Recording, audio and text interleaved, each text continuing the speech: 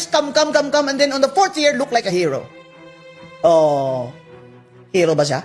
What can the president do in the last 2 years of his administration that would really make a difference? Kasi naging whistleblower siya naglabas nung yung mga flood control. Hindi totoo yan, ma'am. Because I think, ito na naman, prediction ko to, kaya makinig kayo lagi sa akin. Tunay akong analyst. Sa first 3 years nila, ang plano nila is kaukaw ng kaukaw. Lakaw todo-todo. And they use the budget. That's why, yung yan mortal sin nila to our democracy is that they used Congress to loot our taxes. Mortal sin yan. At ngayon, hindi nakukulong. Walang nakukulong. Si Revilla nakulong. Ano ba yan? Palit ulo? Hindi. 2 years to go. Dapat ipakulong ni BBM si Romualdez para tumahimik ako. At tumahimik yung mga tao who are supporting me.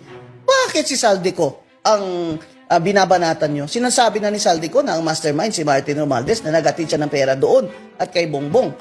Pinalayas nila kasi, ayaw nilang magtestigo. Ngayon gusto na magtestigo, ayaw naman nilang pabalikin. Kunyari lang yun. Bakit si Senate Torpeng Lacson sa Blue Ribbon in-invite si na mag-testify by Zoom si Saldico? Nung lumabas na sa ibang network yung part 1, part 2, part 3 ni Saldico, ayaw nang ipatestify doon by Zoom. Ano ba talaga, Senator, ang rules dyan sa Blue Ribbon Committee? Dapat what is good for the goose is good for the gander. Diba? Ganun lagi mga Inglesero.